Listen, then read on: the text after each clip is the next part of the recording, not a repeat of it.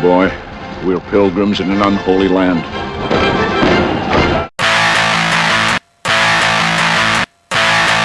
You're listening to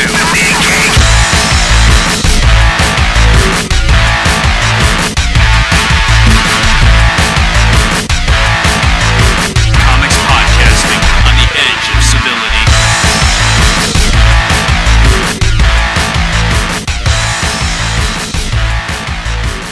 Hey, Rev. I got an idea. What's that? Why don't we talk about December's indie books? Why not? Would you like that? I would. And you know why I Excellent. would? Is because it's episode 197. We are a mere 3 away.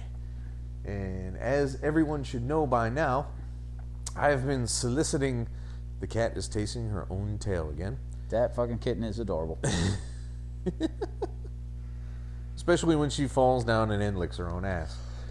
Like you wouldn't if you could. I'd lick more than that if I could. I don't know what you're talking about. Your little red rocket of love.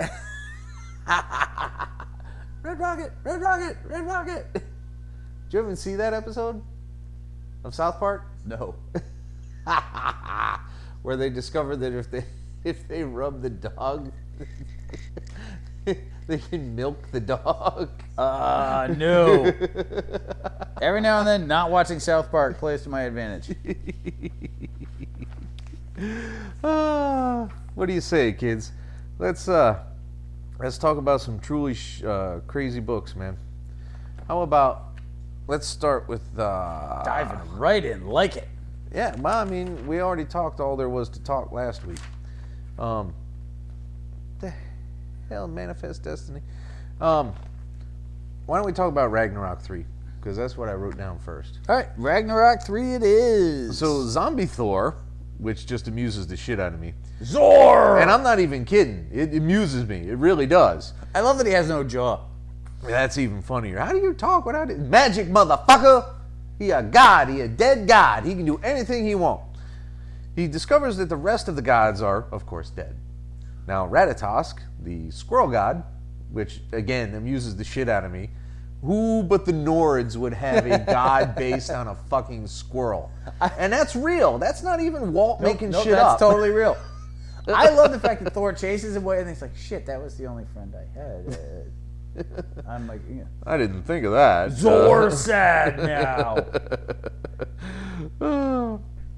He uses Mjolnir to direct him, and he eventually obtains him out. And he fights some brigand things, and they're all like, oh, well, we're the authority around here. Who are you going to fuck with? And I'm like, bitch, I'm a god. Watch this. And he flings that hammer, and everything's his. Yeah, Zor does not take fucking change So beautiful. Well. Huh? Such a beautiful book. It's so much fun, man. My only thing, like, I thought I was so surprised that the elf chick didn't last. Like, I was surprised too. I thought she was going to be a player in this story. Yeah, and then and I'm it's like, just like, no, you woke me up and you have to go. Now, Zor does not share spotlight. Zor going solo. He's not really that monosyllabic, though. I know, but it's more fun my way. It's my own fire bad. Zor bad! Zor bad! Ratatosk ass! No, that's the entire plot, and there's only details. There's no characterization to it because it's dead zombie Thor. Yeah, well, I mean, he's still Thor, and you can sense the cool thing about it. And obviously, this is an indie book and whatnot. Is you can feel Simonson's Thor character. Oh, sure.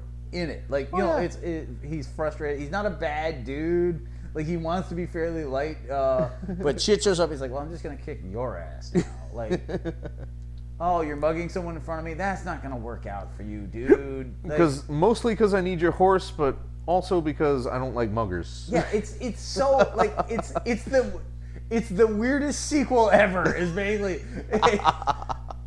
Fuck Ghostbusters 2. Zor is a whole new level. And you think about it, aside from the licensing and copyright problems, there theoretically is no reason this couldn't be a direct sequel to what he did. It really is. Like, he's gone to the point where he everything else is gone other than his Thor. Thor is an open world character, if you will. Anybody can do anything with.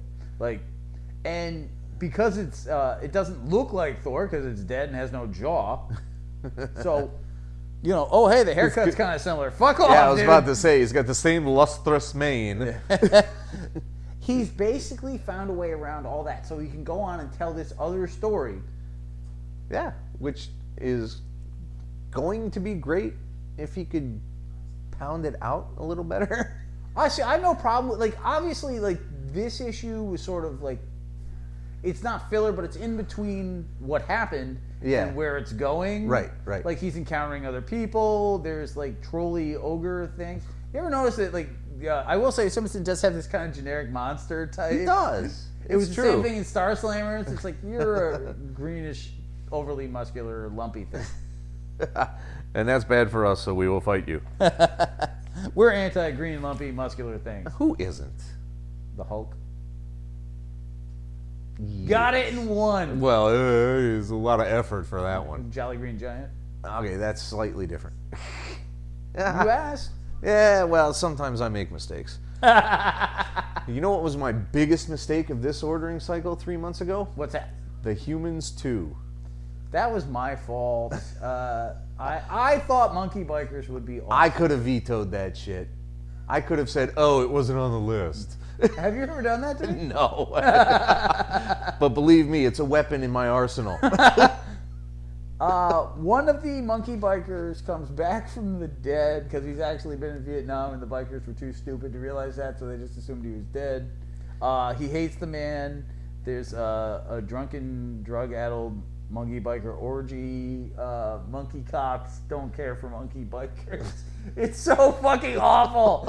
It's so bad. And for those of you who like it when we talk about art more, the art sucks. I hate this book so much. The art is so imprecise and unexpressive. It's just, there's bursts of violent speed lines here and there.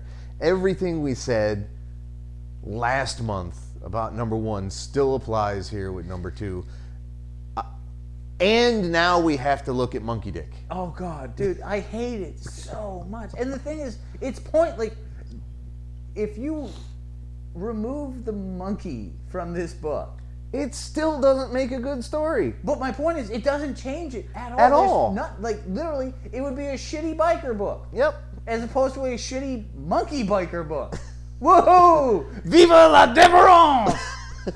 Oh my God, I hate this book. Usually, you use anthropomorphic animals to make a more pointed point about some observation of humanity. Or for a lighter tone. Yes. Like, you know, I mean... Like Omaha the cat dancer. Nobody's that's a jacking little off to dirty that, too, but right? That's very dirty. She was a stripper, for fuck's sake.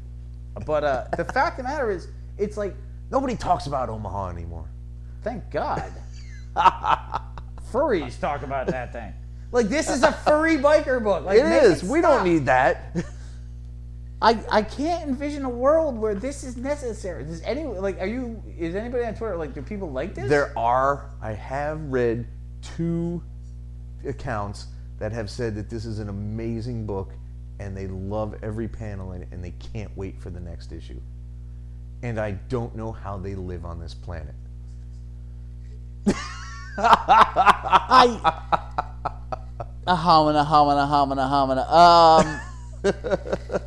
And I've spoken to these people on Twitter before, and I'm like, dude, you generally have tastes that coincide, but now you're really throwing me off because this is garbage. Nobody knows anybody, man. Everybody veers to the left sometimes, you know. And this time it was for monkey filth.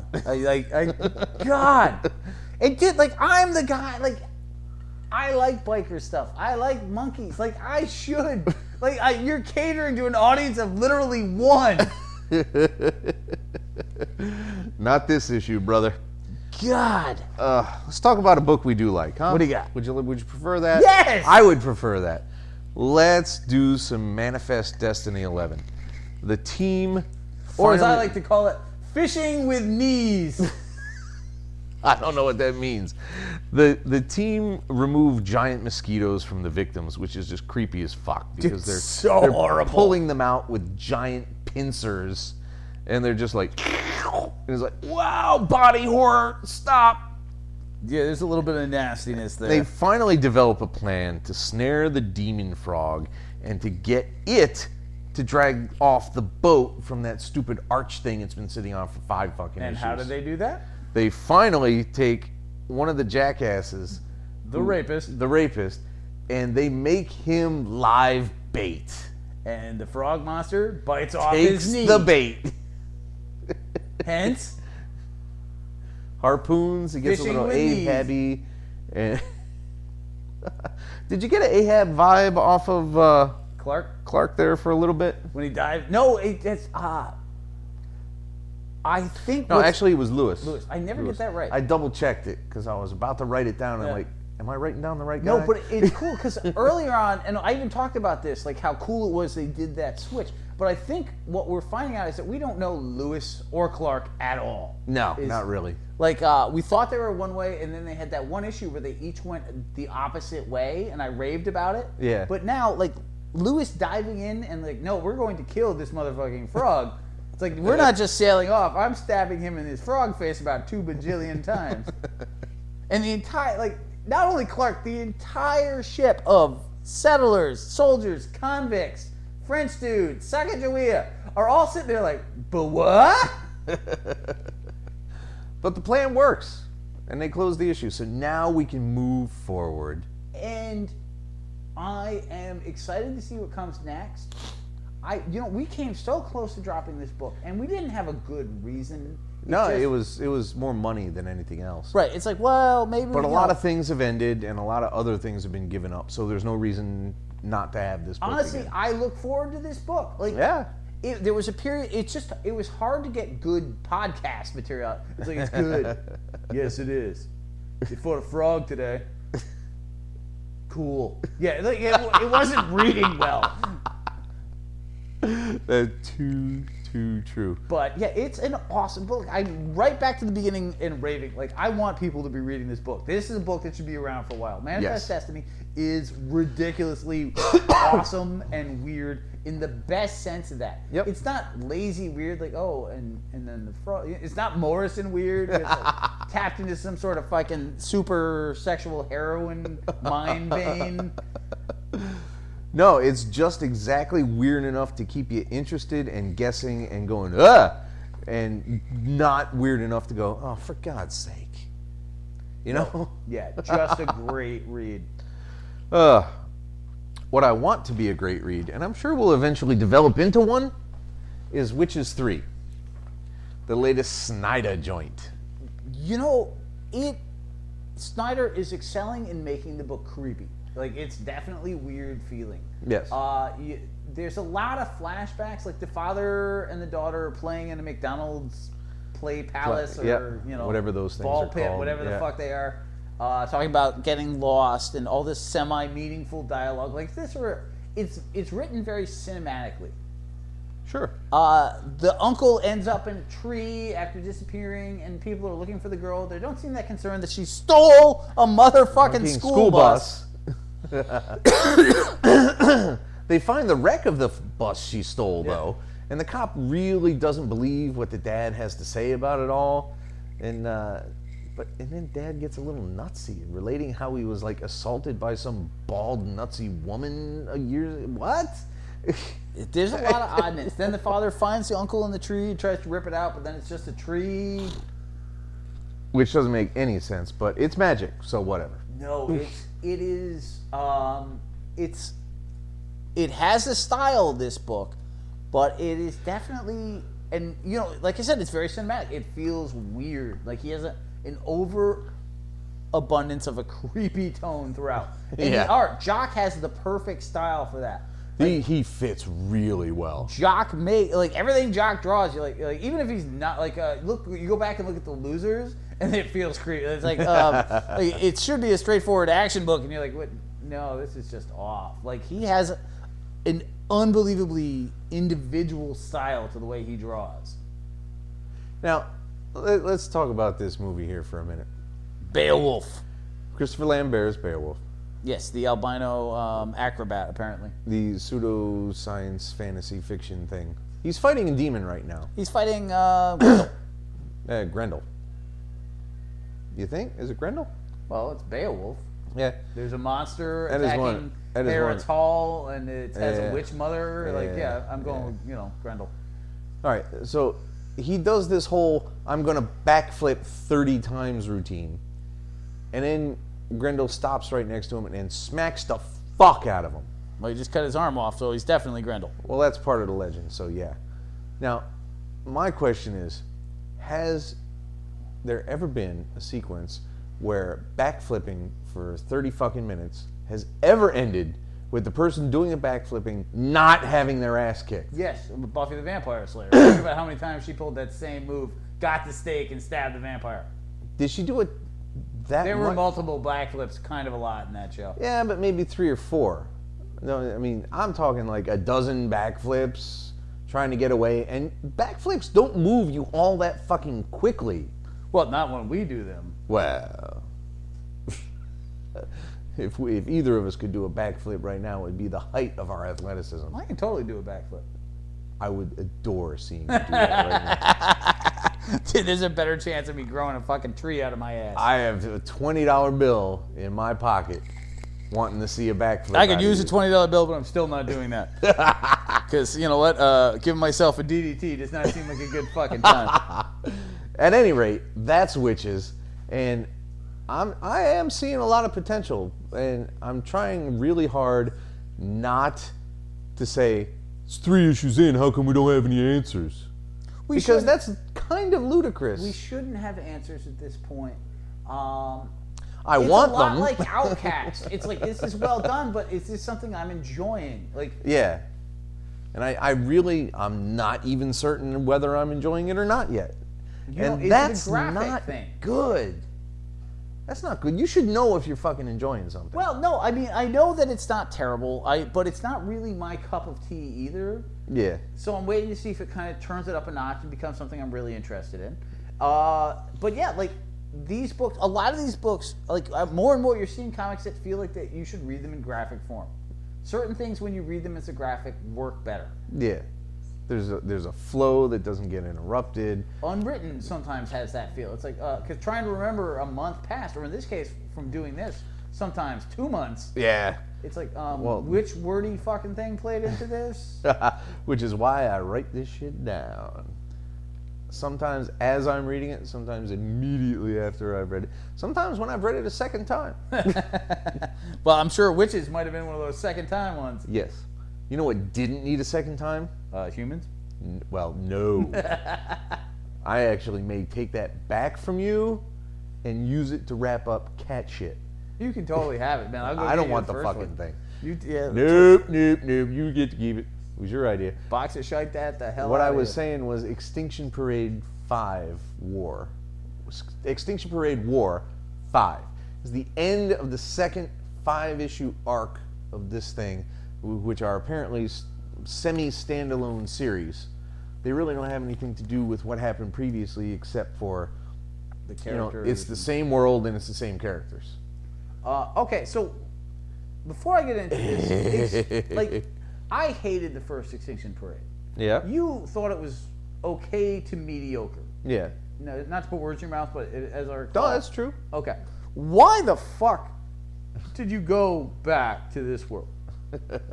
Because of World War Z? I do, not specifically World War Z. Well, no, because But- I mean, like you love that book. Like if you I like do. Max Brooks, and you're like, all right, well, I didn't love that, but Max Brooks has a good, like, he Well, killed you it know, on. sometimes what'll happen is a creator will understand where things went awry the first time around and will adjust. And sometimes it'll be part of the plan where there's a bunch of setup and it may be a bit weird, and then he's going to go full bore later. And I was really hoping it would be all of the above.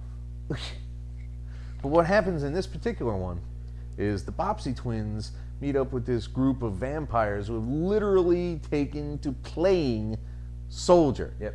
They Well- found a bunker, and they found a bunch of weapons, and they found a bunch of manuals.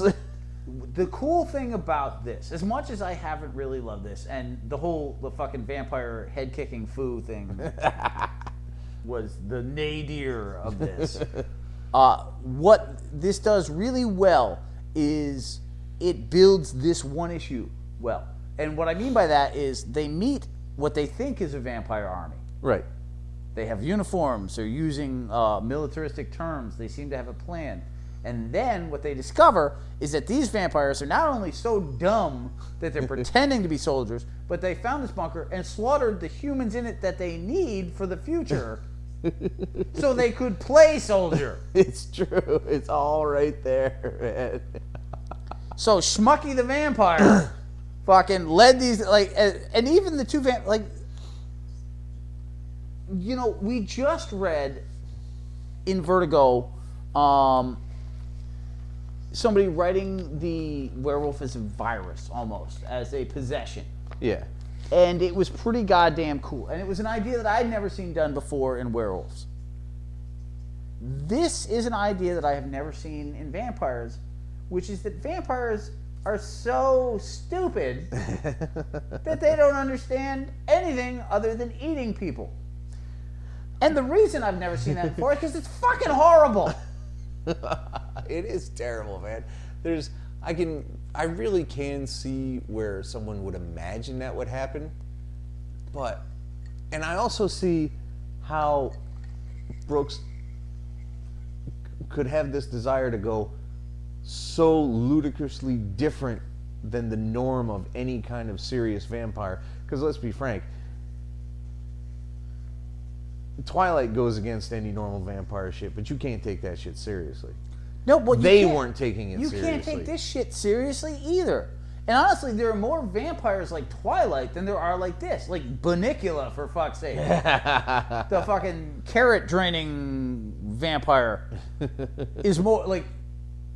Twilight was vampires for kids. Yes, like teenagers, but basically it's for kids. It's like, let's take the cool aspects of vampires, downplay the horrific. Yep. Fine, okay. Like, I hate Twilight, but you know what? I don't really care for Bunnicula at 40 either. Like, shit. I don't need a bunny vampire. But you can see where Brooks is extrapolating concepts in the vampire universe. They don't have an economy because they don't need an economy. Well, no, that's not entirely true. They don't need medicine because they don't get ill. The thing is, Brooks has taken a basically smart idea and carried it to such an extreme that it became stupid. Yeah. Okay, they don't need economics because they're dead. They still live in houses and have servants and drive cars and shit. Like, they're not separate from the world. It's not like they're living in fucking caves and people are bringing them fucking deers and babies. So, like, he's carried on the idea that they're so removed that they've lost all touch with humanity. Okay, base idea, fine. But when you carry it to the idea like, oh, I can't turn a car door anymore. That is too far. He's turned them into morons, and yeah. It doesn't work because they're not. It doesn't make sense.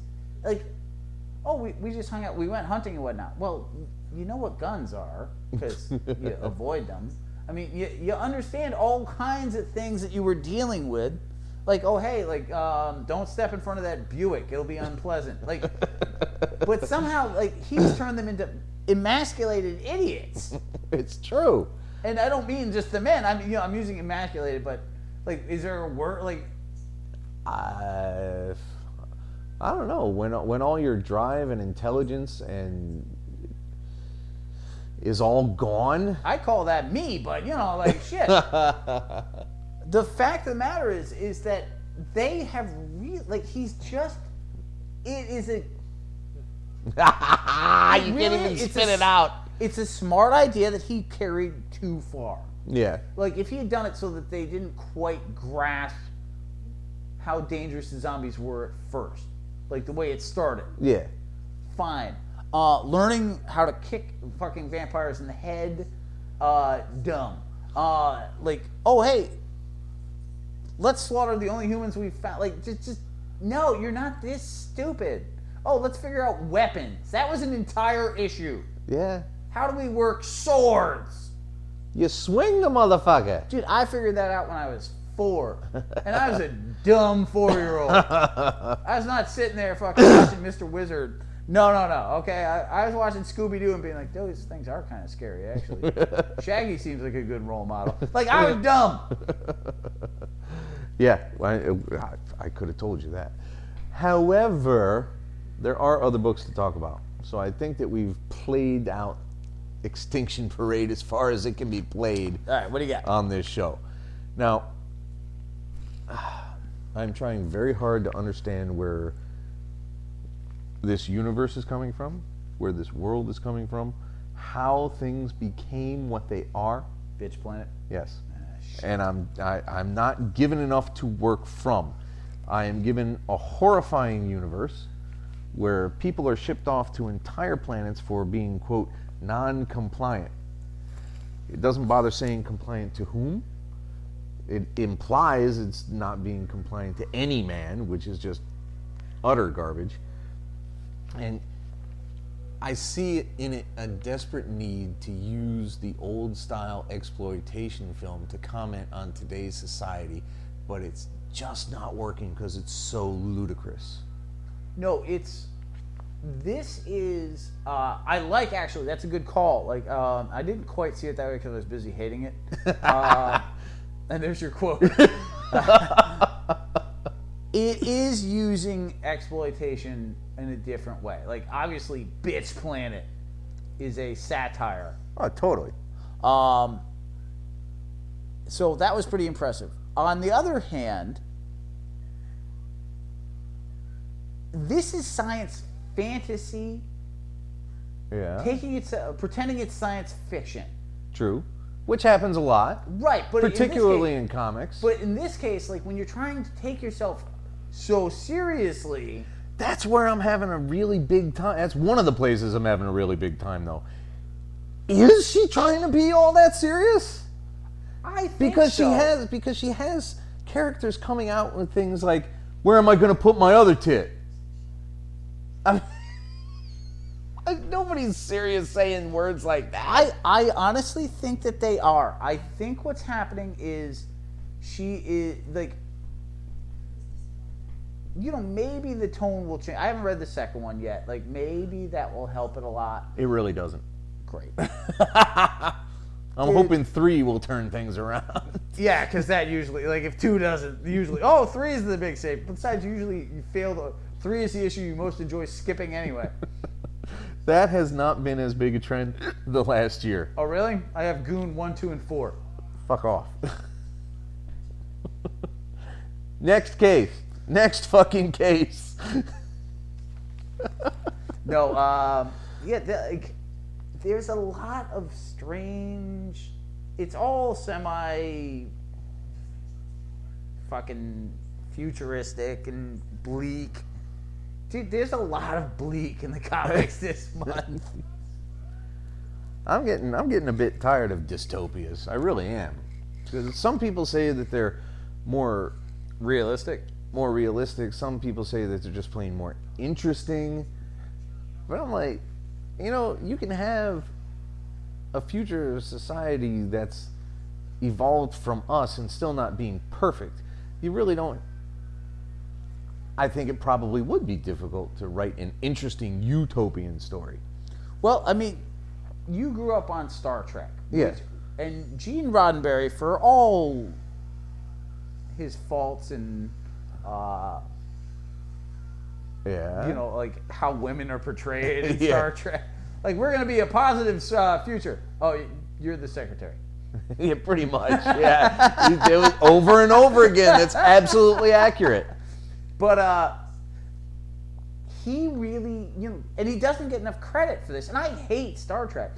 He said there's like, the future's going to be better, and you're going to write that way, and that's it. Like, everybody gets it together.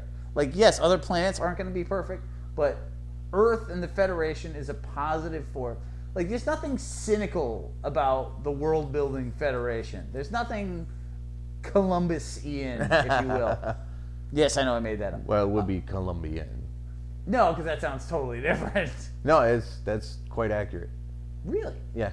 to be like Columbus is The be Colombian. Colombian era, the Colombian viewpoint of But the if world. you're from Colombia, you're Colombian, so you'd think you'd change that up slightly. Oh, stop. I'm just saying, like, you know. And I'm telling you, from a All right, historical fine. perspective, Colombian. that's a accurate statement. I'm gonna club you is what I'm gonna do. Yeah, that's what you want to do, bitch. Anyway, but there's nothing about that. Gene Roddenberry's like the future. Like we need to see it as a positive and work towards that. Yeah. And you know, everybody else is like, well, Gene Roddenberry is fine, but I'm going Orwell. And you know, there's a little too much Orwell and not enough Roddenberry. There's a lot of And there's your fucking title. Orwell. Ah, that's a good one. That I will use that one. Why don't we take a minor break here? Commodore wife in the house. Well, what's next is I turn on my mic because somehow it got turned off. All right, so yeah, that whole shaking the head thing gets edited out because you're killing me with this. Let's go. Stop. Let's move on to a book we actually do understand and know the point of and do in fact enjoy. What's that? Revival 26. Ah. Now, like usual, I got about 16 paragraphs describing what's going on here because every panel is another fucking twist in story. M is beating the shit out of Blaine. Blaine Abel. That's the guy's name, Blaine Abel. It looks like it's a comma, but it's just a smudge. Oh, good. Guided by smudges.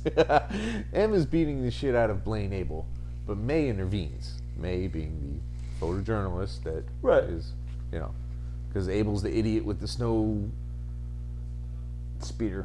speeder. Yes, snow speeder. Dude, he's the demonologist redneck jackass. Yes. Em and Blaine then talk a bit about Weimar, because they're still looking for him, because they don't know how he figures into everything. The sheriff, the mayor, and the farm federale argue for a little while. I don't know the farm fed's name, man. Sheriff reveals to Dana what happened with Coop. Now, again, Blaine, Tao, and M are focused back on again. This is like boo, boo, boo, boo, boo. This is like MTV editing the way this thing goes, man. It's like, change the scene, let's go back. Maybe they're arguing some more. Oh, look, they are. They're arguing again. I don't understand. It just keeps going back and forth and back and forth. So Dana is so fucking mad. And I think she's going to go out looking for old boy, man. Oh, yeah. Because she is not happy with that Coop thing. Of course, now, if Coop stayed home every once in a while and wasn't a complete jackass, maybe he wouldn't get abducted. Out in the woods with the shmoos. Yeah, terrible. There's the crucified woman is playing tic-tac-toe with herself in her own blood, which creeps me the fuck out. It's turning the creep factor back up. Way up. Like the book started, and we were like, "Whoa, that's not nice," and then it really kind of mellowed. Yeah, and, it toned down and it did more character-y stuff. Right, like there were still some incredibly dark moments, but like since they went to New York and people were eating revivals, and, yeah, the nasty factor is really firing on full cylinders again. It is a horror book. It's easy to forget that because it's such a compelling story and there's so many different elements. Right. But at the end of the day, it's like, no, it's horror. Just when you think they're not going to bother you, grossing you out, you're like, bam, guess what? Tic-tac-toe, motherfucker.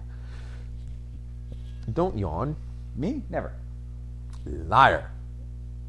What? Liar. What? Liar. I have Anyway. no idea what you're talking about. You don't want to talk about that anymore, do you? No, Revival it's such a good book. Like, Tim Seeley's a great writer. The art is phenomenal. It's consistent, but it is fucking epically confusing sometimes. It is. The cuts, the names, there's so many characters to deal with in this thing. Like just the farm fed. What's his name? Who the fuck knows? I don't know. Did he ever mention his name? I don't know. Probably. Yeah, well, A much simpler book, however, is Hellboy 1952, number 1. The origin of Hellboy's time in the BPRD. And you were loving it, weren't you? Yeah, I was very happy. Like, Hellboy in Hell was great, and obviously, like, nothing beats Mignola artist. Right. But, like, Hellboy, you know, this is Hellboy when he was more fun. Like, when he was light. Yeah, when he was young. Like, he has no idea. He's just excited to go outside and have more pancakes. This is about the first BPR Dean getting hi, how are you? BPR teen. BPRD team. You can't. Nobody can say that. Say that 5 times fast. BPRD team. BPRD team. BPRD team. BPRD team. Your little trip there. Little stumble. Kind of killed it though. You were nervous by halfway through 3 there. You're like, son of a bitch. You're gonna make it, the fucker. No, they gather and introduce all those people, and Hellboy gets his first mission. The problem with this is that the professor is in the hospital when visited by a spy who looks like a girl. Says Rasputin wants Hellboy. That's not a spy. That's that little psychic girl that was in 1948 and 49, 50. Like, remember? No. The tiny little British blonde girl. I totally don't remember. If I did, I would have said "oh" by now and gone with it. So go ahead and remind me. And quit playing with your goddamn phone. I make no guarantees. No, there's a tiny little psychic. Remember when Butenholm went to and dealt with the idea of the nuclear tests, and he met that scientist that he could possibly have been happy with? Yes. Yes, yeah, and, I do remember that. At the end, he's talking to the tiny little kid, psychic. It's like it's all doomed.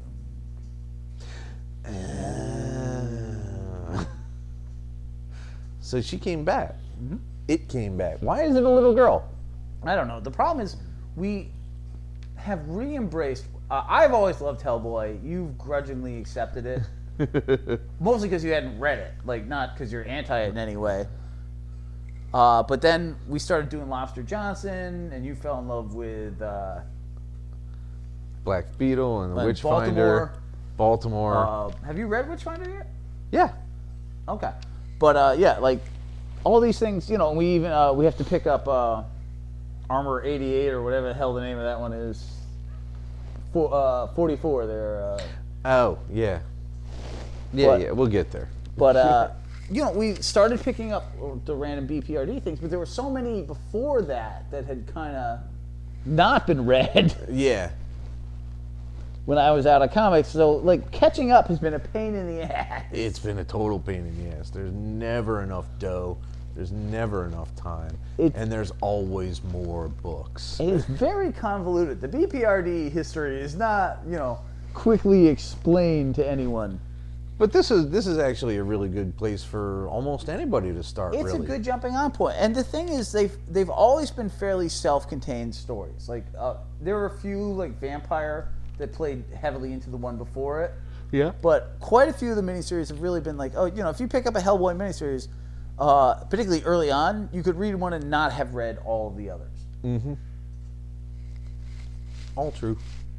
We're running out of steam. We got to get funny. Yeah, what do you got? Fire it up. Men of Wrath, number 3. Oh, yeah, because that's just a comedy riot waiting to happen. Now, Ira, who is the father, who is the crazy, nasty badass. Well, they're all Wraths are bad people. The son is just bad at being a bad person. Or a badass. Either way. Because you can be a good guy badass. You know that, right? I've heard of it. Okay, that's what I thought. Dude, I'm a James Bond fan. Of course I know that. So Ira tells us about his dad going and getting arrested and then executed, which is always a great way to kick off an issue. Wow, thanks. We appreciate that. Well, he did axe murder his mom. Let's skip that part. There's that much. So Ira has, last issue, taken possession of Ruben's girl, and now he's taking her to church for some reason. It's a safe meeting place between both. Oh, yes. For Decoration Day. Theoretically. Now, I understand what Decoration Day ought to be, but I've never heard of it in my entire life. Yes, you have. No, I haven't. I guarantee that you have. Yeah? Yeah, it's a song by the Drive-By Truckers that I played you before. Decoration Day is when people As if I put could things remember on that. the No, I know. I got what it was. I mean, Tombstones. it was fairly obvious in Right. the context, but I don't remember anybody ever talking about it or doing anything I think it's more about of a it. Southern thing, in all honesty. Yeah, that seems to be right. But yeah, I believe it's that idea of marking tombstones. I always thought it was more like metal based and whatnot, but no, I think it's more in general, like just flowers or. Oh, I see. Medol. No, and so Reuben does show up. He and Ira argue in the back of the church in the middle of the service and threaten to kill each other and stuff.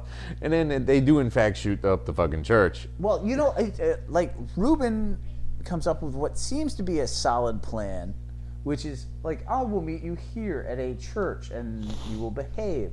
And Ira's like, "Yeah, fuck that," and he kicks the door down and starts opening fire in the church. At which point we find out the priest was an ex-Marine badass Who still has his weapon.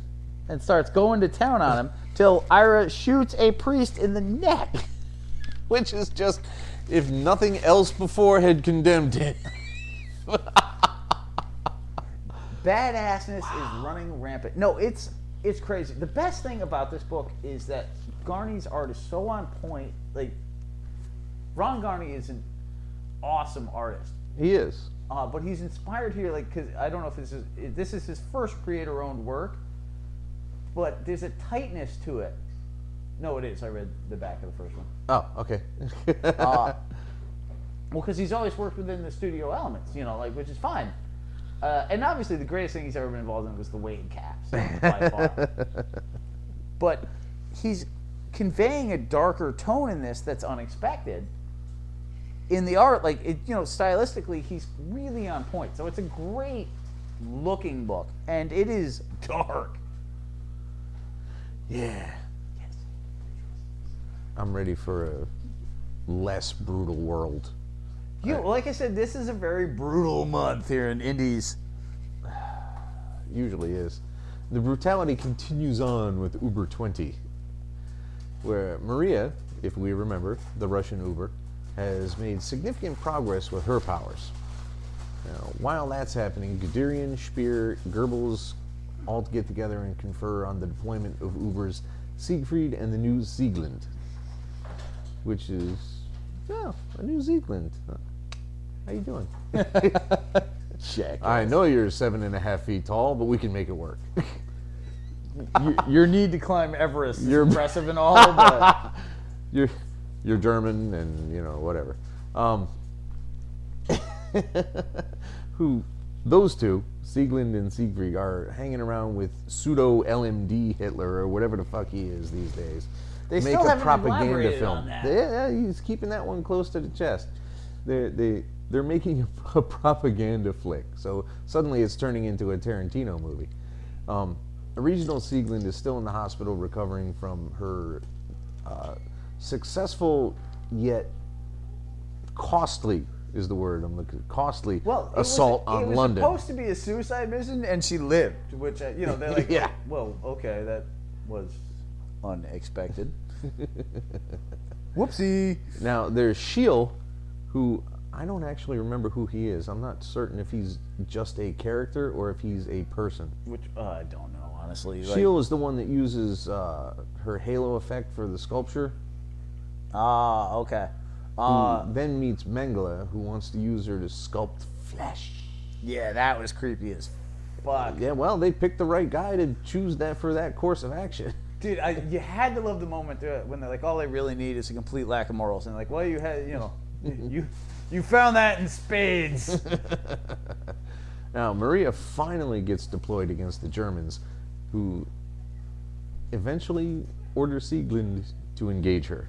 That should be pretty awesome. That's going to be amazing. Uber is dark as well. There's no denying that. But it's so consistent and intriguing in its tone. And you're always looking for what's going to happen next. And unlike a lot of the... Uber is an Avatar book? Yeah. unlike a lot of them, it's not pointlessly gross. Yeah. Which is a big plus. Like, there are some nasty things that happen in this book, but they're realistically nasty in terms of the world around it. Mm-hmm. Like, everything is really thought out, and it is fucking awesome. He does a staggering amount of research. Not only research, but, like, world building. Like, the detail, like, things aren't done because it makes comics easier, if you will. Mm-hmm. They're done because it's a logical progression of what happened before. Right. Like, it's thought out. Like, he writes a ton of books. I have to imagine the amount of effort he puts into plotting Uber is way above. Like, it is not equitime kind of thing going on. There's no way. And he kicks it every month. It's amazing what this guy can do. It ships at a pretty hefty rate. I mean, what is this, 25, 24? 20. 20. I'm a little off, but like, that book moves. I'm pretty sure there was only one missed month. There was a little time at one point, though. Didn't they take a break for a second? Yeah, maybe 2 months tops. But, no, I mean, not seriously, but yeah, like, it ships consistently, which in this day and age, I mean, not even Marvel does anymore, for God's sake. Which is great. Now, are you done already? Mm-hmm. So that's fun. Yes, because the words Uber and fun go hand in hand. Uber fun, baby. What are you talking about? What's not fun, but is high quality, and yet wholly depressing, is Outcast 6. Wow. Good God. Kyle and the pastor go to see Mildred, who really dislikes Kyle completely. Well, because she's possessed. Well, yeah. So Kyle tests her, believing that she just might be. Where was I? Kyle wants to use her to learn about demons in case she is possessed. But the pastor won't have it. He vetoes that. He says, nope, I've known her forever. She's a parishioner of mine. I can't have her being your little lab rat. Well, the pastor is going through an interesting crisis. Like, this book, it almost feels like the pastor's story sometimes. Yeah, sometimes. Because the pastor's been working these exorcisms with, what's the name? Kyle. But what he's determining is that his faith and belief are having no effect at all. Like, this woman goes to his church on a weekly basis. He's friends with her. They talk all the time. And she's been possessed the whole time. And he's not handling that well. Meanwhile, they run into the old dude who murdered the other old dude. Right, and took the neighbor. Who's been visiting the church, and the pastor gets a wrong feeling about, and turns out to have nailed that one on the head. Bing. He gets marked. The pastor gets marked by this demon. Kyle has a little flashback to a day with his mom. And that was just kind of... And then he confronts the room in which he confronted her and first saw the demon presence come out. Which seems overly symbolic, but I guess it'll be okay. Well, maybe, there's something about that room now. Like, the thing is, we're dealing with demonic possession. Like, everything could be something. Yeah. Like, I mean, first off, as overall demon scholars, you and I are so far not. Like, I had 90% of my demon knowledge from either the D&D handbook or The Exorcist. Hellblazer. Yeah, no, but all not up in that. So this is an unrelentingly dark book. And, just for the sake of my own soul, so to speak, I might have to end it just so I don't have this bleakness in my life all the time. Well, it is... Because it's quality, and it's nice to read quality, but I'm not strictly entertained by it. Like, are you going to revisit these? Right this second? I'm thinking no. Yeah, it's hard to imagine wanting to go back and rereading this. Yeah. I mean, we'll see what plays out, but so far, yeah, it doesn't. It's not fun. Like, it's we needed a Big Trouble in Little China this month. We needed that later. Gru should be in there somewhere, right? Or no, that starts next month. God, yeah, it does. The darkness continues on with War Stories 3, in which Leonard and Mom continue to develop their relationship. which was actually quite nice. It's very light. They're very sweet. obviously very happy being around each other, so that comes through, and that's nice to see, especially out of an Ennis book, where it's not either "you're dying, I'm shooting you, we're fucking." No, he's always had very sweet relationships. I mean, most of Hitman is about, you know, friendship above everything else. Just there's a lot of people being shot in the interim. But the funny thing is, like, I kind of lose interest in the war. Like, I always expect them to go some insane place that I've never heard of. Like, so many of the war stories that he's done, either here or the ones he did with DC, are about aspects that most people aren't familiar with. Right. Like the Reaver storyline with the Scottish Brigade in the desert. Oh, yes. Which I was a little more up on. But, like, flying, you know, those propeller-based friggin' slingshot planes. He loves this shit. So, like, what he knows about the war is insane. And, you know, and this is a much more straightforward story. Yeah. But the dude just loves World War II and bombers, man. He does. He enjoys the shit out of it.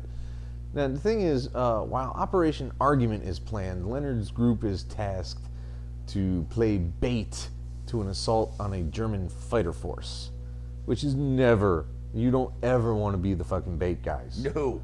I mean, that's like in Lord of the Rings when you're like the front rank of the fucking, you're anybody's front rank, really, because them arrows come in and that's the end of it, and it's like, oh, they have a cave troll. Yeah, but we got a pile of 30 dead orcs in front of the cave troll. Blah. And of course, appropriately enough, Leonard's group gets ripped to shreds, but they make it back. Well, some of them do. Well, Leonard makes it back, and that's the key point, isn't it? That's what they're going for, yes. And so they end up being very, very happy with each other, and even Frankie or whatever that The kid. weirdo, traumatized kid, even he's happy to have the Yank back, and he ends up being okay with him eventually. Well, I think in the end, the point, you know, Ennis is going for with this story is the American-English relationship as opposed to the actual war story. Yeah. And that, you know, the depth of what he goes for with these things is definitely interesting, but this is, at the same time, not one of my favorites. No. It was a nice change of pace from, here's another bloody blowing up. But it was also nice that they had the couple end up in New York at the end and talking about their future. Yeah. Or about their past, as it were. Exactly. Oh my God, he's got an elvish blade. It's glowing blue, dude. Well, you know, they are fighting ninja zombies, so... Ugh, terrible movie. I'm not even going to... Ninja Apocalypse. Fuck Ninja Apocalypse. So far, it's not very apocalyptic, except for the moon that was blown up in pieces on orbit, and we didn't even get to see the explosion. We just saw the results. Nobody in here is smart. No one has a plot to actually go forward with. But somehow there's zombies on top of this. But whatever the fuck. Super ninja powers. Since we have to deal with zombies, What do you got? we may as well deal with Afterlife with Archie 7. Now, Short, Betty has a diary. yes. Now long. She goes through a whole lot of her life diary style, writing journal upon journal upon journal. And she kind of focuses on Veronica, and eventually somebody gets uptight and they have a funeral for somebody because they're irritated. They have a funeral for everybody they've lost thus far. Well, in general speaking, yeah. So they have a memorial. How about that? So. Closer. Now, during that, a horde shambles in because you can't have a calm period too long. Hey, you know, it's not too long before Jughead finds Archie. Which I thought they took Jughead out, but I guess not. Nope. Now, He's the the thing head is, zombie. They escape, and they decide that when they camp, they're going to have Thanksgiving. Which is like, all right, you know, the argument's made for we're still alive, so that's a thankful fucking thing. That's a good point, but it might be a little pressed. I don't know.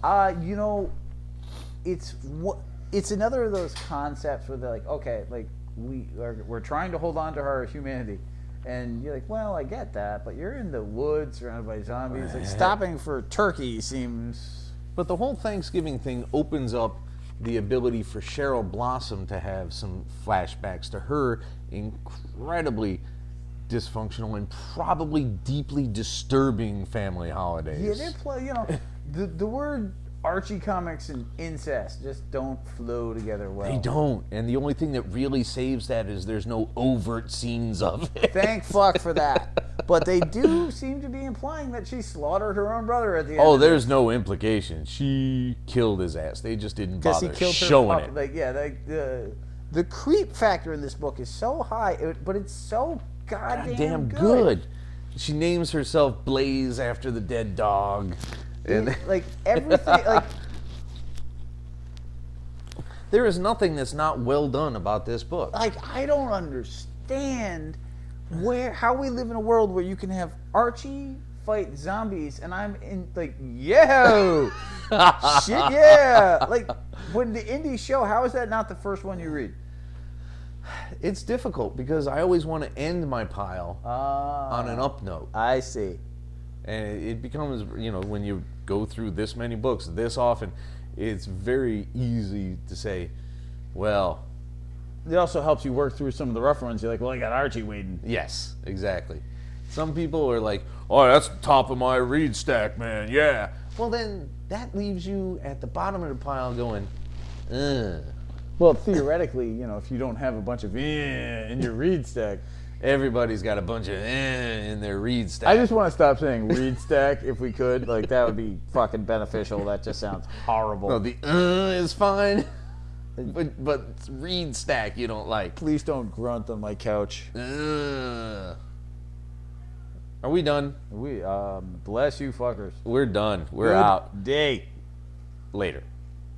The Mean Geek is recorded live at the Reverend Mad Duck's apartment whenever the hell we can get to it. Find us on Facebook, Stitcher, Twitter under @TheMeanerGeek. Subscribe to us through RSS. Or we can be located at our own site, www.themeangeek.com. And most importantly of all, you can find us as a proud member of the Comics Podcast Network. Email us